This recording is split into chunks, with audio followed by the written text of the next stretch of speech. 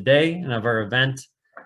We have an expert panel focused on EV infrastructure here in Missouri. So I can tell you that these fine folks were nice enough to sit down with me and have some conversations virtually about, the policies and programs and their experience in this area to help the development of this paper.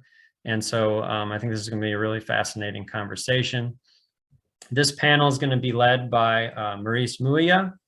And Maurice is the first climate advisor for the city of St. Louis. He's also councilman in Richmond Heights. Maurice has engineered rural and metropolitan electrical power systems for almost a decade.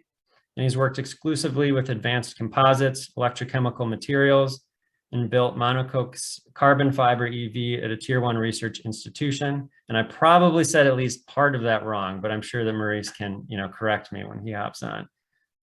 Recently, Maurice was instrumental in leading the development of EV Ready and EV installed policies, which benefit a combined 1.3 million Missouri residents. His focus now is to equitably spread technical and political solutions to all, especially disadvantaged rural and urban communities. So Maurice is a powerhouse in this area. We're happy and lucky to have him leading this session. So Maurice, I'm going to hand the floor over to you. Yes, good morning, Travis, and good morning, everybody. Thank you for having me here today to moderate the panel. Speakers, if you could put yourselves on video, that would be helpful while I introduce you. So first, I would like to introduce Pat Justice, who's the Manager of Efficient Electrification Development at Ameren, Missouri. Pat Justice is the Manager of Efficient Electrification Development with Ameren, Missouri's business development team. He leads the company's electrification efforts, including EV strategy and implementation.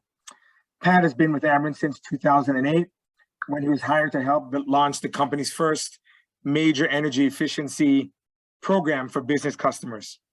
He's currently board president for the Set the Pace St. Louis program in the city. Pat earned his BS in mechanical engineering from the University of Missouri, Columbia, and MS in environmental science and policy from the School of Public and Environmental Affairs at Indiana University, Bloomington. He's a registered professional engineer in Missouri. Thank you for being here with us today, Pat. Next, I would like to introduce Larry Kinder, CEO and founder of LilyPad EV. Larry is the CEO and founder of LilyPad EV. He's committed to the use of electricity as a transportation fuel. It contributes to environmental sustainability and leads to economic development opportunities. He has a background in both entrepreneurial ventures and the corporate world, along with degrees in business, physics, and computer science. Larry founded LilyPad EV in 2009, which has since grown into a leading provider of EV charging infrastructure. LilyPad EV has deployed charging stations in 39 states. Wow, very good, Larry. And helps clients with planning of their EV charging programs, including strategy, options, site acquisition, design, project management, procurement, installation, and ROI analysis. This includes extensive work with electric utility companies in the region, helping with deployments of charging infrastructure. Thank you for joining us, Larry. Next, I would like to introduce Dr. Little. Dr. Little is the Assistant Director at the IBW Local 1 NECA Training Center, where she has worked over 20 years as a professional educator. She participated in writing the first edition of the EVITP curriculum in 2010 and has remained active in support of the electric vehicle infrastructure training program. Dr. Little currently represents labor on the St. Louis Building Energy Improvement Board, which is a very new board in the city and a very instrumental one in electrifying buildings and transportation in the city. Thank you for joining us, Dr. Little. Next, I would like to introduce Wendy Marine. She is a senior product manager for electrification at Evergy in Kansas City, where she has responsibility for strategy and execution of electric vehicle charging infrastructure, including the company's own public charging infrastructure, the Clean Charge Network. Wendy has been instrumental in the development of new commercial programs as part of Evergy's proposed transportation electrification filing aimed at increasing the EV charging ecosystem in a variety of locations: highway corridor, workplace, multifamily dwellings, and fleet. To me, the future needs of the growing EV market. I would just like to say, our utilities work very well together. And as Travis said, we're ninth in the country as far as EVSE infrastructure across the state. So we should be very, very proud of that. And thank you, Wendy and Evergy, for leading on that charge years ago. Next, I would like to introduce Earl Scissors of Electrify Missouri.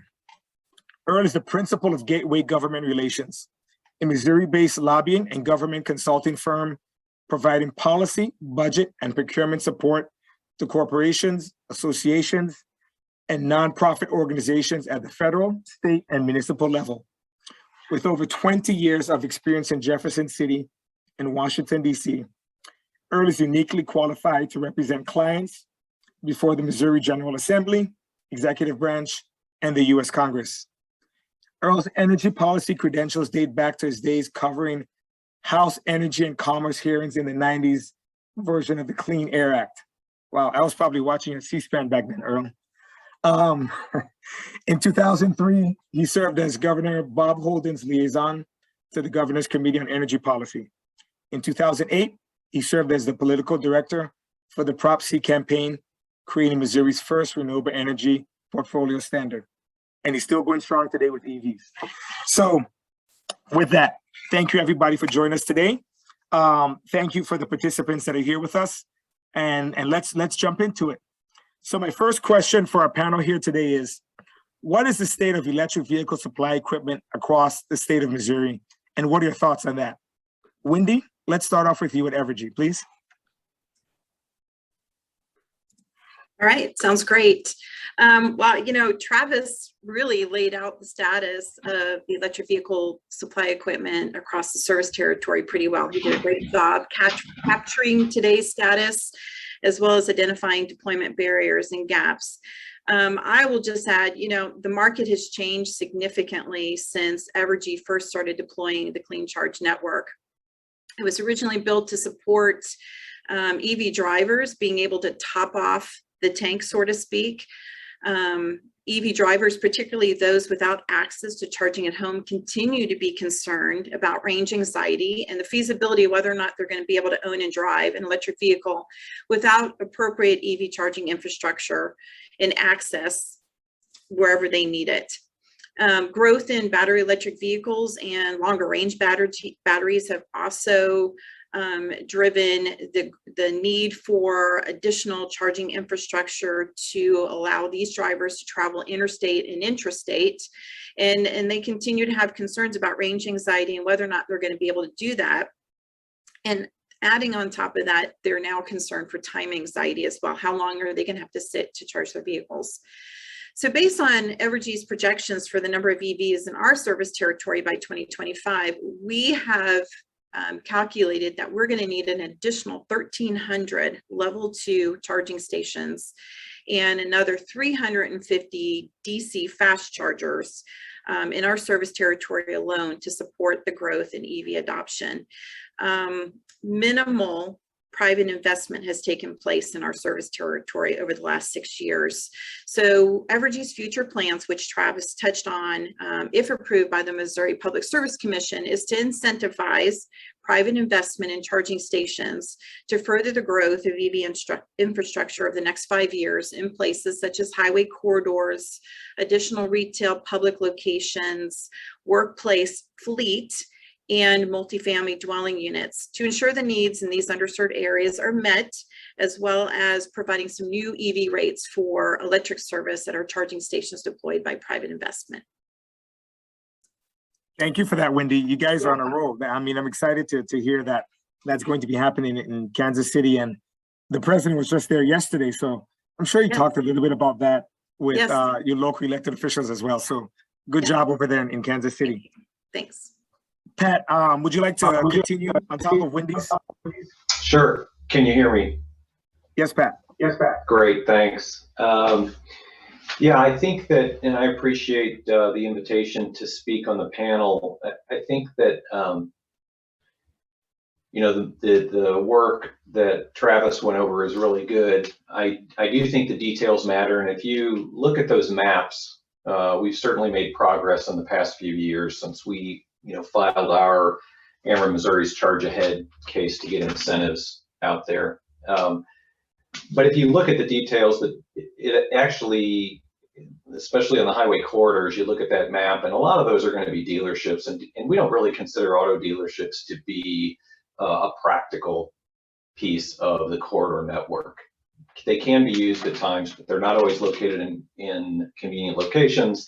You can't always count on them being open necessarily, and they weren't really put there for long distance travel. And so while I think we're making progress, there's a lot to be done, including on the corridors. We have that work that was done in support of VW Trust to try to build a vision for statewide charging. That vision is there, and I would encourage all of us to keep focused on that and try to make that happen. A lot of the charging stations have been put in place. In Ameren, Missouri, we're going to have, I think, 14 out of 14 done by this year. That was part of that approval that we got throughout our territory. But there's more to be done, even on the corridor work. Maybe we've got about half of that to 2/3. So I think we need to continue to work on that. When it comes to local charging, that's much slower in development. And I agree with Wendy, the private sector is not necessarily stepping up as rapidly as we like to see. The incentives are certainly working to drive more of that level 2 localized charging, but there's a ways to go before it is much more visible and gives drivers the confidence that they need to really feel good about the EV decision making. So progress is being made, but it's not just happening fast and organically like you'd like to see. So we need to stay engaged. Thank you, Pat. Thank you. That's a very important point for us to pay attention to. Dr. Little, how do we train the trades to be able to build these install these electric vehicle chargers across the state? Well, first of all, Maurice, thank you for having me, and thank you to Jim Curran, who represents the Electrical Connection, who is allowing me to fill in for him today.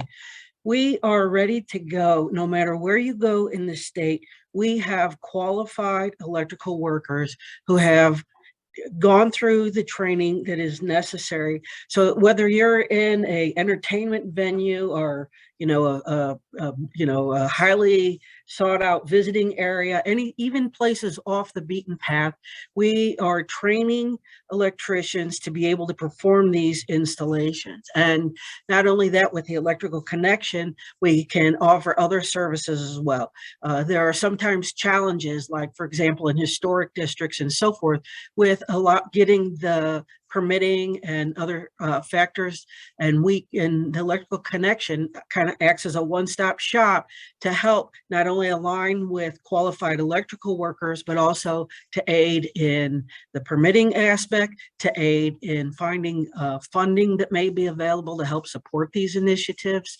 So we started with training for electrical vehicle infrastructure.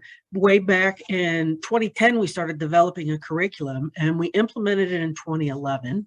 And we keep abreast of all of the changes in the National Electrical Code. So this curriculum continues to update. And I think we're on the 6th version of it now. And we train journeyman wiremen specifically to, in addition, be able to do just regular electrical work, to understand some of the nuances regarding the electrical vehicle. So we have been involved in this since 2010, and we hope to stay involved in this and keep our workers up to speed to be able to perform these installations. It's really important to have the resilience, and with the amount of monies that are being invested, it's really important to have quality installations that are going to last and be reliable for the long term. Thank you, Dr. Little. Yes, Thank you. It's nice when we can have installations that will last. The circuits will last very long, and the equipment, should last at least 10, maybe 15 years, but the circuit should last 60 years plus, right? So thank you, Dr. Little, for that and your contribution to that. Next, let's go to Earl. So how do you convince, elected officials and community-based organizations to understand the importance of transportation electrification and get those across the state on board? Well, thanks, Maurice. Thank you for including me on this panel. Again, my name is Earl Scissors, and I'm here representing Electrify Missouri, which is an independent organization that advocates for electric vehicle infrastructure policy across the state.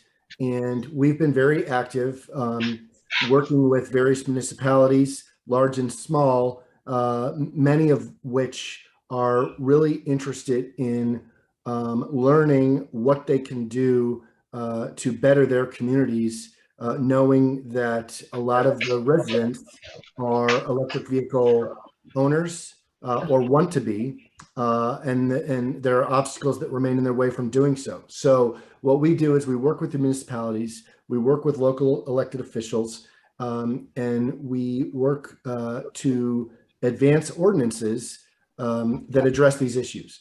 And no municipality is alike, whether it's Kansas City or St. Louis or something smaller like the city of Brentwood or Veneta Park. They all have different interests, different ideas, and different community members. So we try and cater to the needs of those communities.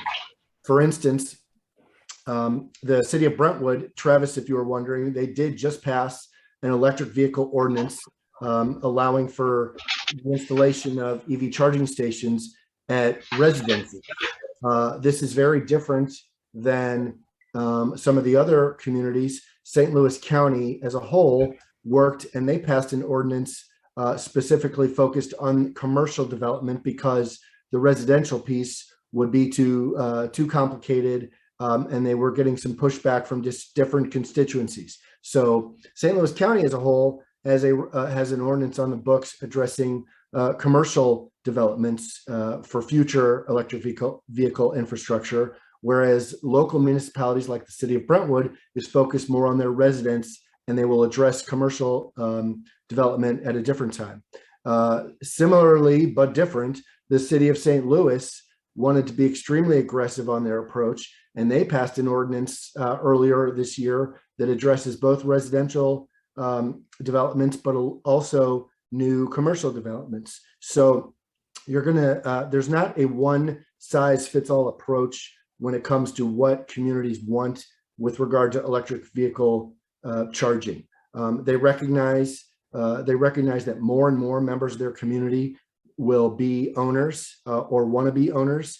They recognize that they need to either at the homes, they want to have a charging station in place, or at least in public parking lots or local parks, or and then as Wendy and Pat have discussed, commercial places to charge their vehicles. So it's there's going to be a statewide all-in approach to this. But to your question is how we advise elected officials and community leaders.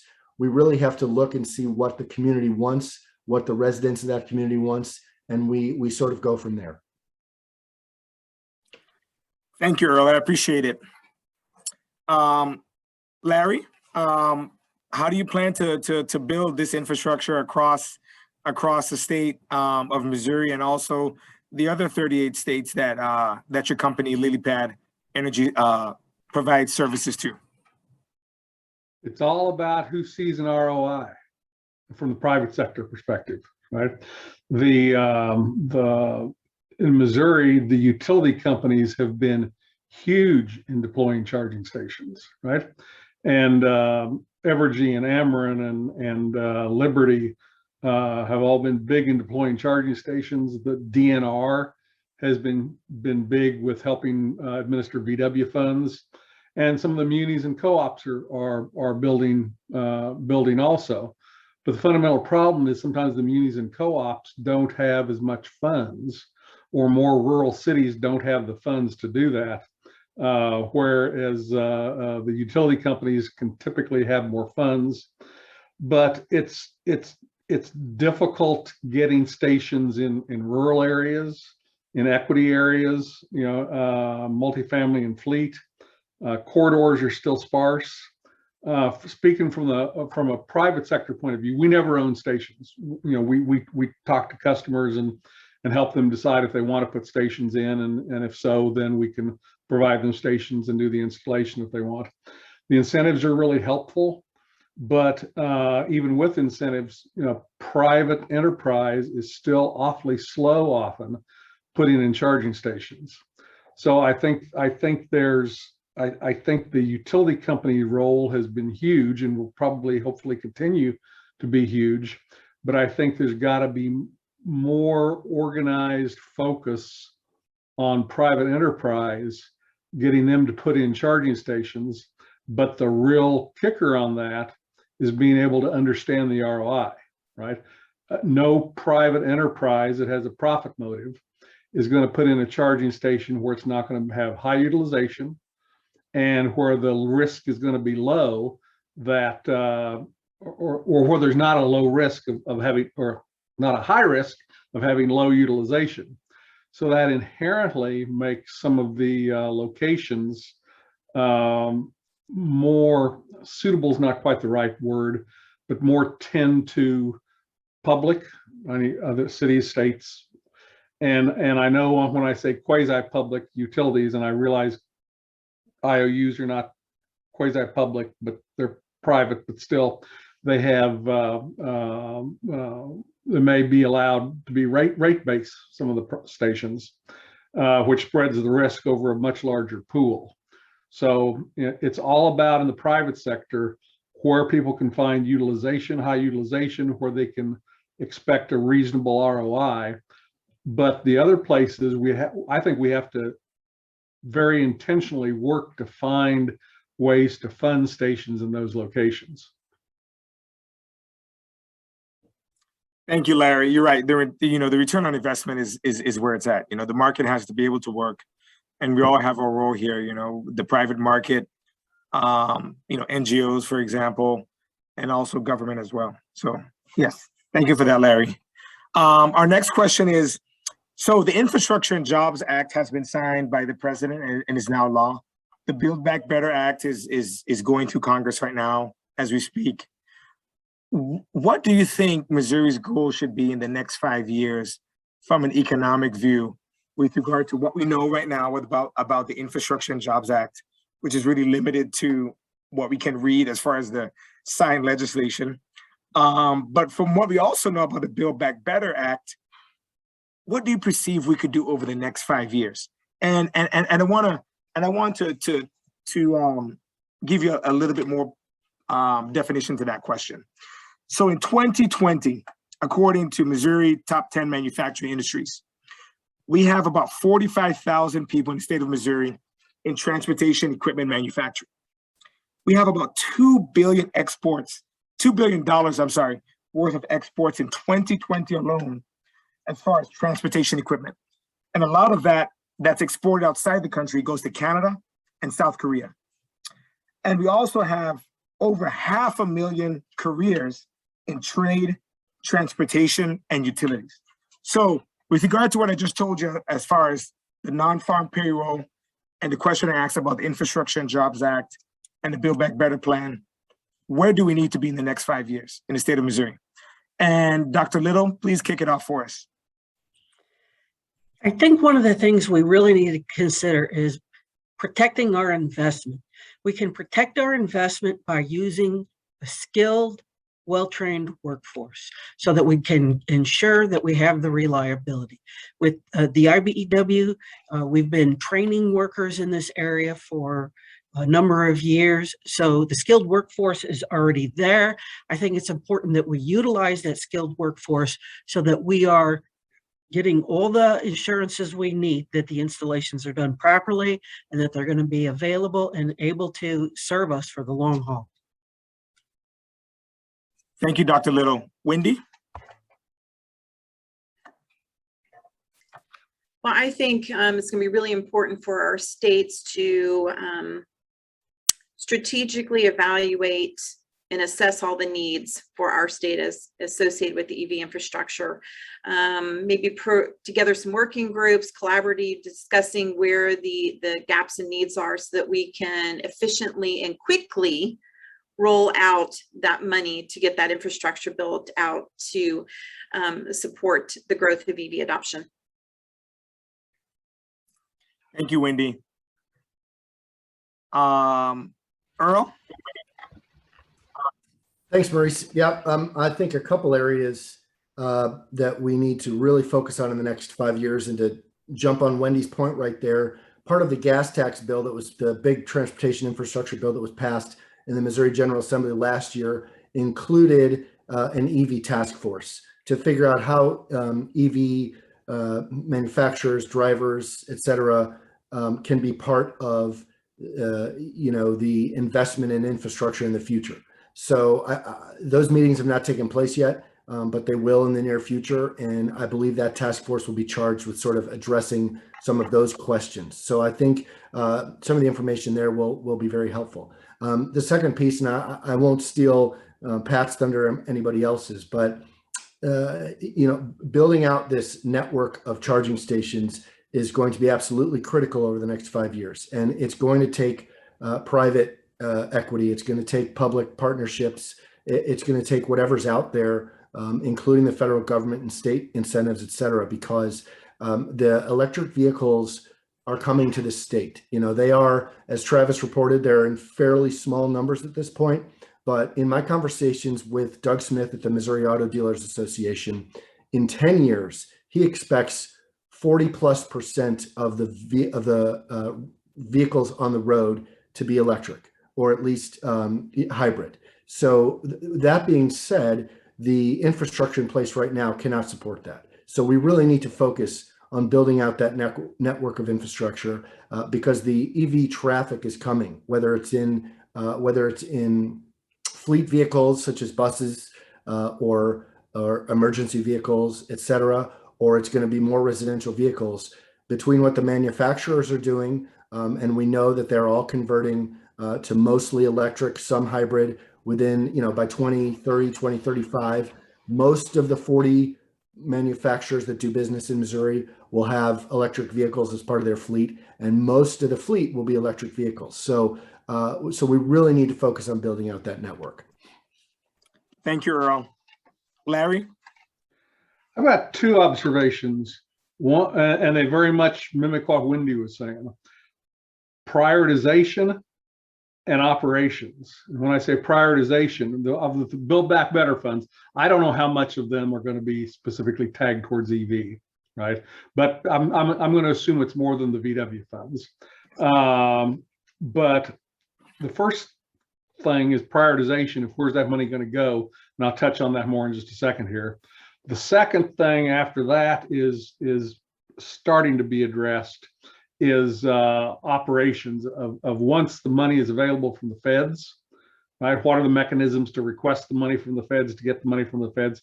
Then there's got to be the nice, smooth, easy, frictionless mechanisms to get those funds to those who will be deploying stations in the state, right? So that's the operations. How do you get the money to the people who are going to be deploying stations and owning the stations and things like that? Probably easier said than done, but nevertheless, that's one part. But I want to really focus on the prioritization mechanism. I've been on the Missouri task force. I've been on the Kansas task force for talking about where does money go for placing charging stations. And prioritization is hard. It is really hard. It sounds easy, but if you just take highways only, forget about workplace, forget about urban, forget about grocery stores, forget any of that stuff, just highway transportation, right? How do you look at it? Well, do you take the big highways, I-70 only? Do you look at the more rural highways? If you look at only the big highways where people go through the state, then people say we're not getting the benefit other than people stopping on the way through the state. If you don't address the rural highways, then the more rural folks and communities feel shortchanged, and I understand why. So even that's hard, just that. Then when you start adding in multifamily units and equity areas and rural versus urban and all that, that whole prioritization mechanism is really, really hard. And I sound like pessimistic on it. I'm not, but my point is there's got to be a good mechanism. There used to be computer algorithms that call maximum happiness index. If anybody remembers those from way back, somehow that needs to be applied, because there's so many competing needs and folks out there that it's hard to prioritize. So I think that prioritization mechanism across the state for Build Back Better and any other funds has got to be addressed across the US, state by state. So that's my piece. Yeah, you're exactly right, Larry. And Pat, I'll get to you in a minute. But Larry, you mentioned something that was near and dear to me. At the Missouri Municipal League meeting, I met the mayor and some people from Odessa, Missouri. Mm-hmm. And Odessa, Missouri is, I mean, it's like 1,000 people, not far off of 55. And he's like, we just want to get like a Family Dollar. We want to get a gas station, something, right? And one of the things I put in his head is, if you have truckers that need to stop before they get to Memphis, coming from St. Louis or elsewhere, you might be a good stop for this type of work that you just talked about in Odessa, Missouri, a town of 1,000 people. But he's right off the highway, right? So I'll stop there and I'll pass it over to Pat. Thanks, Maurice. I mean, I echo a lot of the comments on planning. If you're asking about the federal dollars coming down in priority, I would say we have an existing statewide vision. We need to fill that out. We need to prioritize that. Let's make sure we hit it. And I think we need to double down on it. The minimum practical network will soon be not so practical when there's only 2 DC fast chargers at a stop. And so I think we're going to need more than that. And it's this balance between chicken and egg, being prepared for the cars that we know are coming, while also using that to encourage more adoption, because this does benefit us economically. On the bigger picture of economics you mentioned with imports, exports, that's a much bigger topic that needs to bring in panelists in economic development. You know, you may have recently seen the news that the Toyota battery factories, North Carolina, and Ford's plant is in, I believe, Kentucky or Tennessee. And so it's not Missouri. But you can imagine that if we want to entice more of those businesses, we have in some ways some very good business climate, but upping our game on EV policy and EV readiness, EV friendliness is important. So I'll stop there. Thank you for that, Pat. And to tag on to your last comment, we were contacted, the city and the county specifically. You know, we were contacted by Tesla because they said, well, the registration is so high and concentrated in certain parts of the state of Missouri that we want to pay attention to it. And we see the policies that you're doing in St. Louis City, St. Louis County, the work that's happening in Kansas City. How can we help flesh this out some more, right? So I think we're getting there, but I think you're right. We need to double down. It's also a matter of economic development, also as it is a matter of climate action as well. So thank you, everybody. So next question. Are existing utility rates a barrier for equitable EVSE deployment? If so, are EV rates for commercial and consumer customers necessary? And how would they support market uptake statewide? I'll pass it back to you, Pat, really quick. Yeah, the topic of rates we could do a whole day workshop on. You know, utility rates are very complex, but then when you talk about electric vehicles and discussion about whether there should be rates that encourage EV adoption, this varies very much by utility territory and what those rates are, and whether current rates are you know, good enough to encourage it. I mean, right now, if you can charge at home, you're at 1/3 to 1/2 of the cost of gasoline because EVs are so efficient. And that's a similar cars comparison. similar ICE vehicle versus electric vehicle. When you get out to the highways, you're typically looking at pricing that for today's gasoline is slightly less to at gasoline prices, maybe just a little bit more.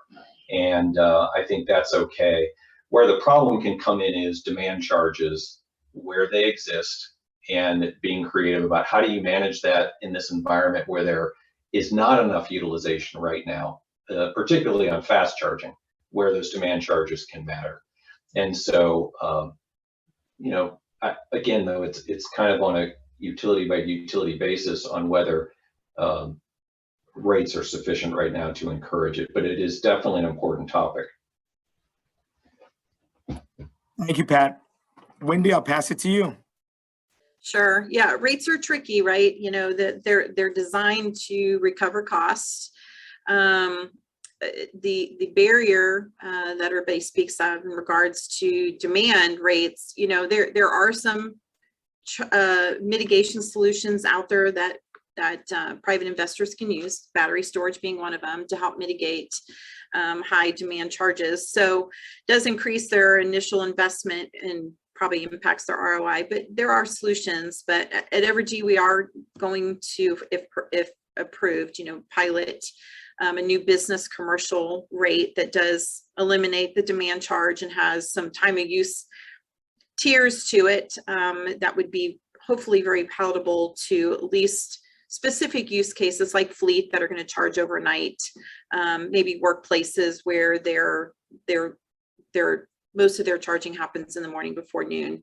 But I do think it varies from utility to utility, and something we are definitely looking at, and we will see how the results will be once we get those rolled out. Thank you, Wendy. To E23771, I apologize. I did meet some people from Odessa, but I meant to say City of Bertrand, which is along I-55 going south. So thank you for pointing that out and making me make that correction. Thank you. Next, let's pass it to Larry. Demand charges are hard on fast DC stations. Level 2 stations, not so much, because they're smaller demand. They don't take as much power all at the same time, and they blend in well with existing usage of facilities.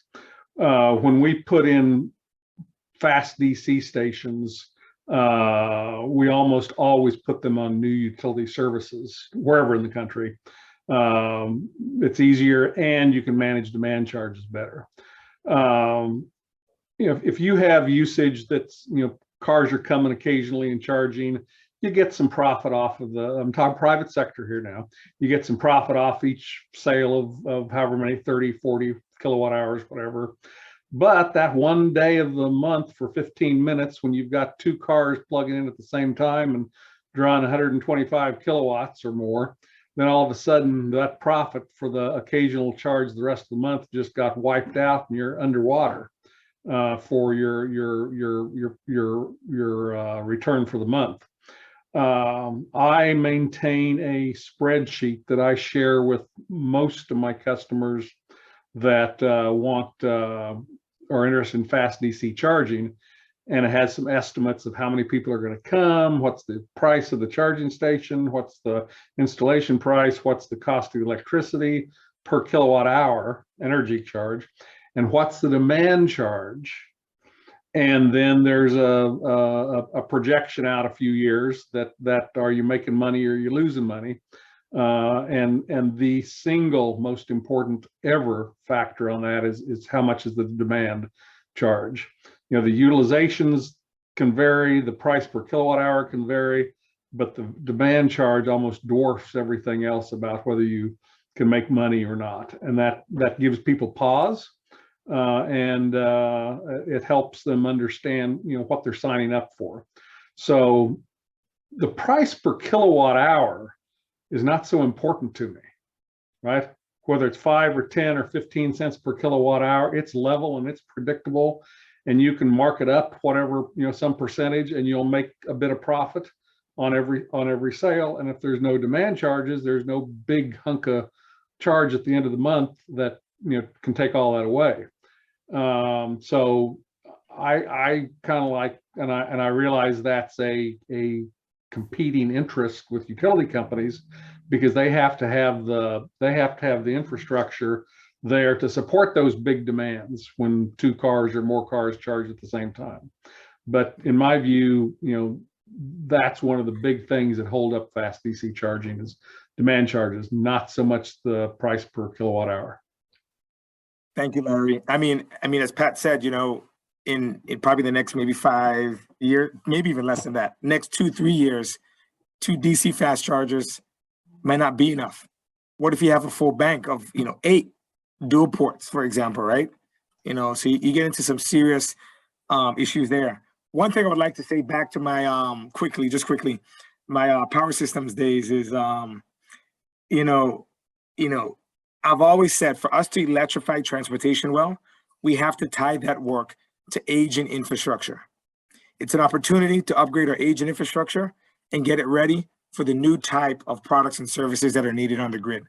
And so, as just to say quickly, and I'm glad Wendy and Pat are here from both sides of the state. Larry, you work throughout the state, of course, and elsewhere.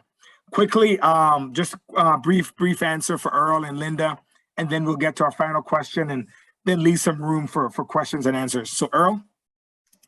Thanks, Maurice. It's been so long, I think I forgot the question, but I believe it's relating to rates and what kind of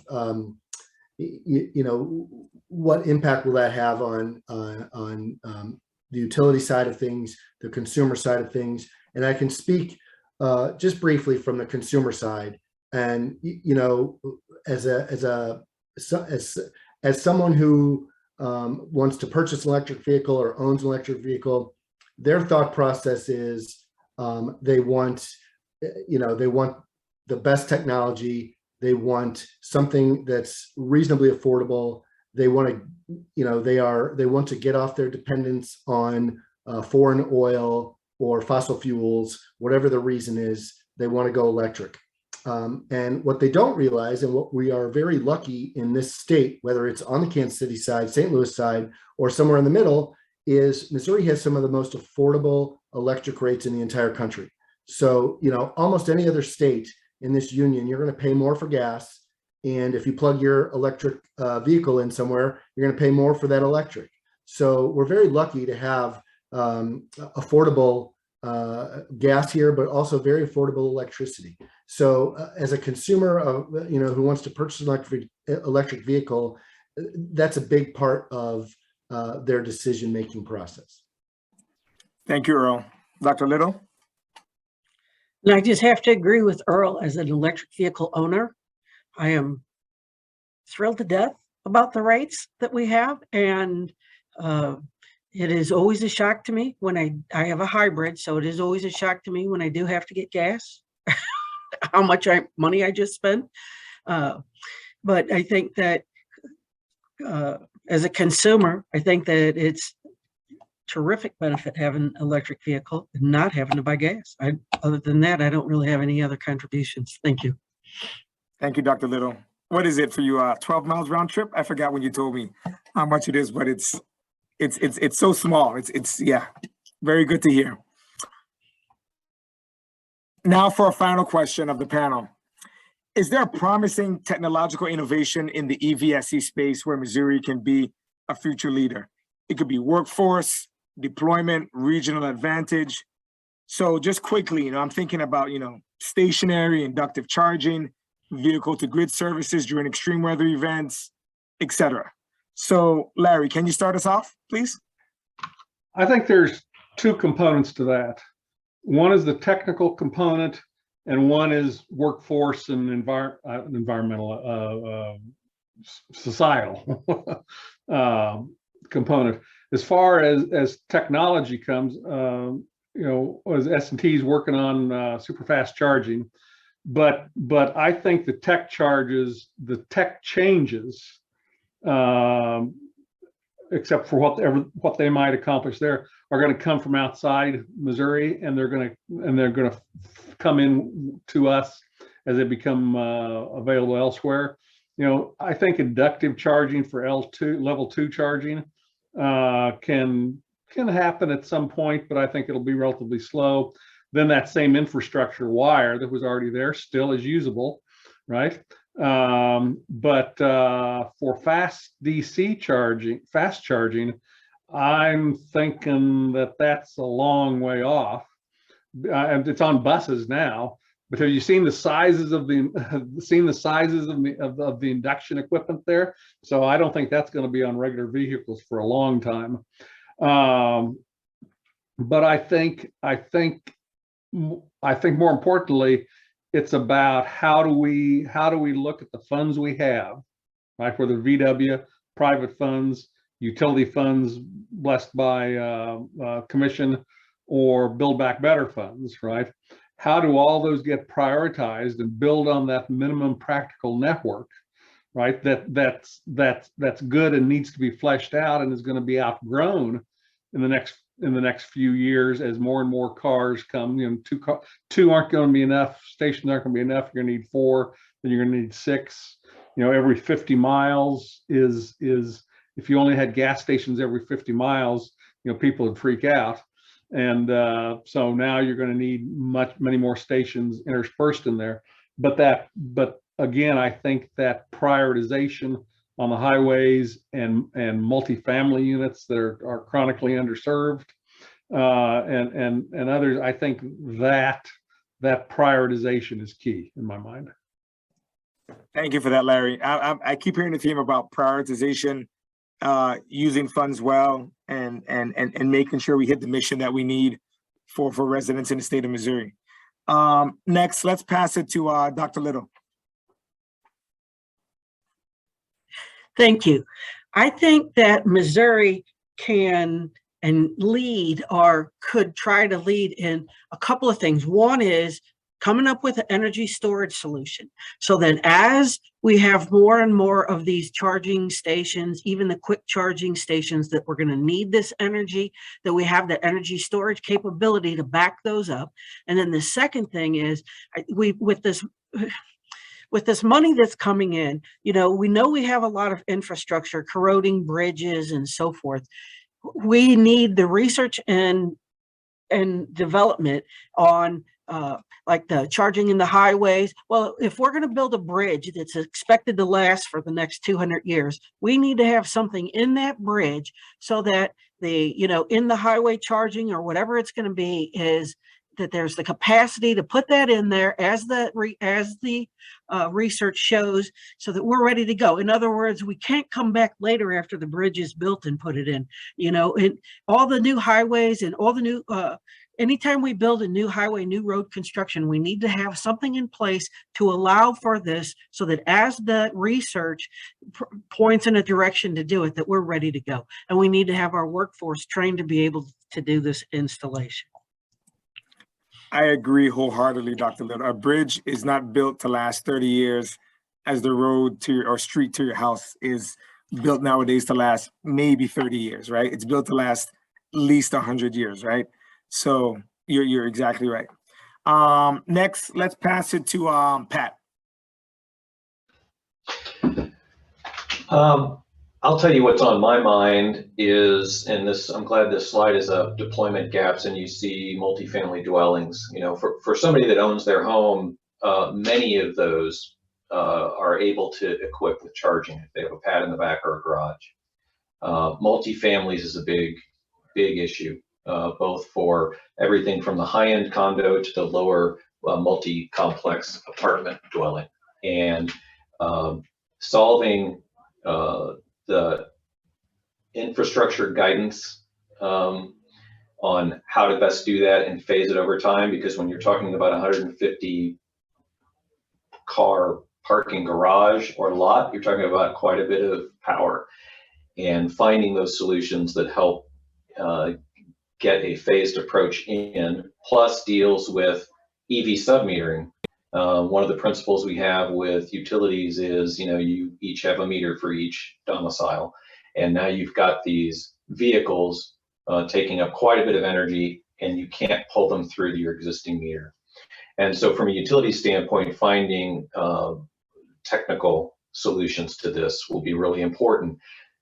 what that comes down to is making it easier for building owners to see the solution path and enable charging to happen for those multifamily dwellers. So to me, that is a big area that we could solve, and that would have benefits throughout the country. I agree with you, Pat, and I think I have some thoughts behind that, but I'll connect with you offline. Earl?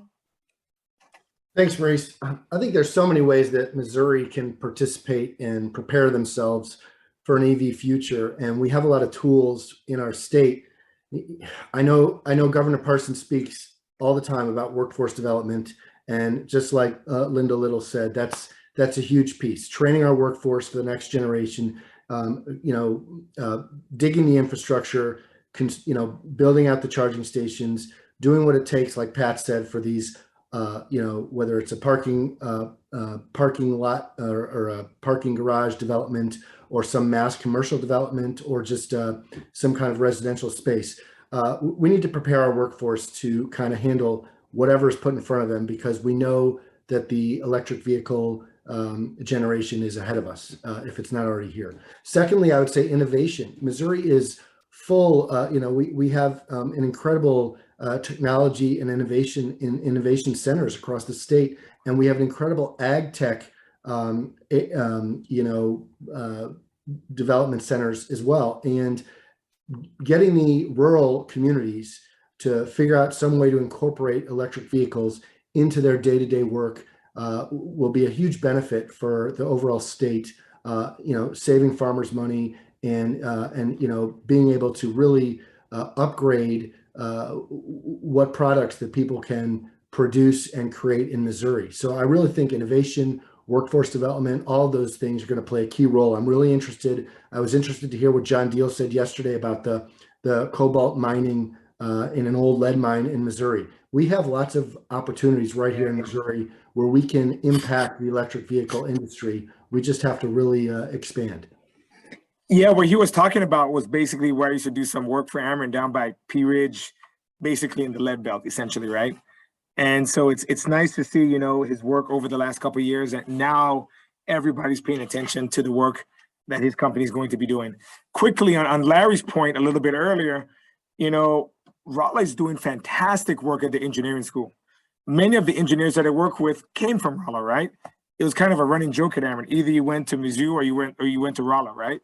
So, it's one of those things where I think we have very good institutions of higher learning. We have a ton of electrical contractors across the state. Dr. Little knows that very well. You just look. You can find an electrical contractor like you can find a McDonald's maybe, right? So, we have what we need to be great in this clean energy economy of the future, right? We have all the necessary parts and puzzles. It's a matter of, as everyone has said, how do we prioritize and come up with a vision and mission that meets the needs of the residents and those that visit Missouri as well. Finally, Wendy. Well, everybody has said some really great stuff. I'll just throw out from a utility perspective, right? For the long term, we need to assess the impacts to the utility grid with this expected growth. So ensuring that we clearly understand how it will affect our distribution groups, and ensure that we can continue to provide stable power as our companies expect from us in the long term. And also vehicle to grid, nobody's mentioned that as well, but that's something coming in the future. It's not here today. Most vehicles can't do that, but that is something also as a utility we can explore as an option, do some pilots and see how we can utilize that technology for the power grid as a whole as well. Thank you, Wendy. Thank you, everybody. This has been a great panel. I'm excited to moderate with you here today. It's been a very good panel. I guess we have time. We're at time, but does anyone have any additional questions? I know I saw about 2 questions earlier in the Q&A, and I think those, 3, those were answered. Any other questions that anyone may have or comments, Earl? Yeah, I know. I saw one of the questions was regarding some of the communities that are passing electric vehicle readiness ordinances, and some of the builders and developers and home builders are stressing over added costs or regulation. And, we're working with the communities who want these EV readiness ordinances in their community because they think it will grow their community, and they believe that's what their community wants, and that's what that's the principle that we're working on. And secondly, Linda could probably speak to this. The question is always, how much does this infrastructure cost? And for a new home build, you're running wire to your electric panel for everything else. It's really not much of an added expense to do that, and whatever that minimal expenses can be incorporated in the sale price of the home. And it's also an attraction. People want to know that it's an option that they can check a box and say, yeah, I want an EV charger in my home. So I think that the benefits far outweigh the costs. And you try, moving into an old home in Clayton, and you drive some EV, and it's not outfitted for an electric vehicle charging station in the garage, but you want one in a 100-year-old Clayton home. You're going to spend thousands of dollars to run the infrastructure necessary. So if some of this stuff is built out in the newer homes, it makes as much sense to the home builders as it does to the buyers of the homes. Yeah, Dr. Little, and I'll follow up after you. Yeah, and that's exactly right. It might cost up to 10 times as much to do the installation afterwards, depending on the size of your electrical service. So just the EV ready part of it means sizing the service initially, and the panel and everything else, all the infrastructure in your home initially, so that you have the capacity, that it's easy enough to do. And then in conjunction with that, you don't have to put the charging equipment in the home. All you have to do is make sure that you have a raceway and the wiring, the capacity to do it. And then if the homeowner chooses to do it, they can add their charging equipment. And if they don't choose to do it, it is added very little to the cost initially, but you're set up for the future if somebody else comes in. So right, it's way cheaper to do it up front than it is to come back and try to do it later. Thank you. Yes, that is exactly true. We've worked with EPC firm here in St. Louis, very large EPC firm, engineering, procurement, construction firm. And for a $17.5 million commercial building, the cost for EV ready for 2% of spaces for that building, closest to the building, was $17,500. So let's just say $20,000. So what is $20,000 when you have a $17.5 million building? As Earl says, it's essentially negligible, right? It's a negligible cost at that point, right? In addition to that, here in Richmond Heights, I'm really proud of this. When we passed our EV ready legislation for single family and multifamily, we knew we didn't have to do it for commercial because commercial was doing a lot of it already. We said, let's let commercial do their thing, whether it's the Galleria or Schnucks Richmond Heights Center, wherever it may be commercially, right? But in addition to that, we have 102 townhome development that's going in Richmond Heights. It's being built in Richmond Heights. They switched owners in between the time when they came to council. The cost for each unit now needs to be EV ready because we passed the legislation between ownership, and the price of the homes did not increase. It is now a selling point that 102 newly built townhomes in Richmond Heights will be EV ready from the ground up, and the cost did not increase. And it's a selling point, right? So as Earl said, and as a lot of us know. So I just wanted to put that out there as a couple of recent examples of what happens when the right policy is passed at the right level within the market that we're in right now. Any more questions? Somebody asked a question. I don't know if Pat, you want to answer this, but I gave a quick answer. It was about do you need and an EV charger require a service box with higher amps? Yeah, but power needs. I mean, certainly there are many variables here, but it's really a case by case. I mean, homes generally have 240 volt. It's whether you have space in your panel for an additional circuit. And that's really the question, and getting that circuit to where you want to charge the car. But there's no quick and fast answer about it. You have to look at each case. Wendy, the other IOU? Same answer as Pat's. Yeah. Can I respond to that too? Yes, Dr. Little, yes. Yes, and I wanted to say that is part of what our EVITP training is all about. We train our wiremen, the ones who have gone through this certification, to be able to go in and look at your service and see if you do have the adequate capacity to do an installation. Thank you. Thank you. Larry, any addition from the private sector? No, I think I'm doing well. Am I on mute still? Okay. We can hear you, Larry. Okay. I said, no, I don't have any other input, but it's all about capacity. It's all about making sure you size everything right. 200 amp panels are fine. 100 amps could get a little iffy sometimes, but in homes. But we do a lot of work with some multifamilies. And you look at the capacity on the transformer, you look at the capacity on the panel you want to put in, you look at on the charging stations, and then you manipulate it so you can stay within the power available without having to upgrade, at least for now, and yet serve enough cars by turning down the charging station charging speed as more cars come online. And then automatically, it's all magic software, and then turning up the charging speed as cars finish charging and go offline. Yeah. Thank you for that, Larry. Well, thank you, Larry. Thank you, Dr. Little. Thank you, Pat. Thank you, Earl. Thank you, Wendy. Thank you for being here today. I saw Pat just gave another answer there.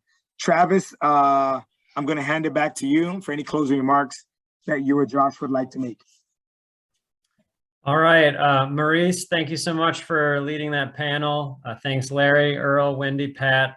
Great discussion. Really excited for future collaborations. And let's make this the beginning of the discussion on this issue for everyone. I want to thank everybody for joining us today. And as always, we couldn't do this without our sponsors. So once again, thank you to the Nature Conservancy, Evergy, Liberty, Invenergy, Missourians for a Balanced Energy Future, Mid-States Energy, and our media partner, RTO Insider. We have our same lineup for the Midwest Energy Policy Series coming to you next year. As Josh mentioned, we're looking at doing that in-person hybrid event, still working on the format, but excited to see people in person and have that networking capability that's harder to do virtually.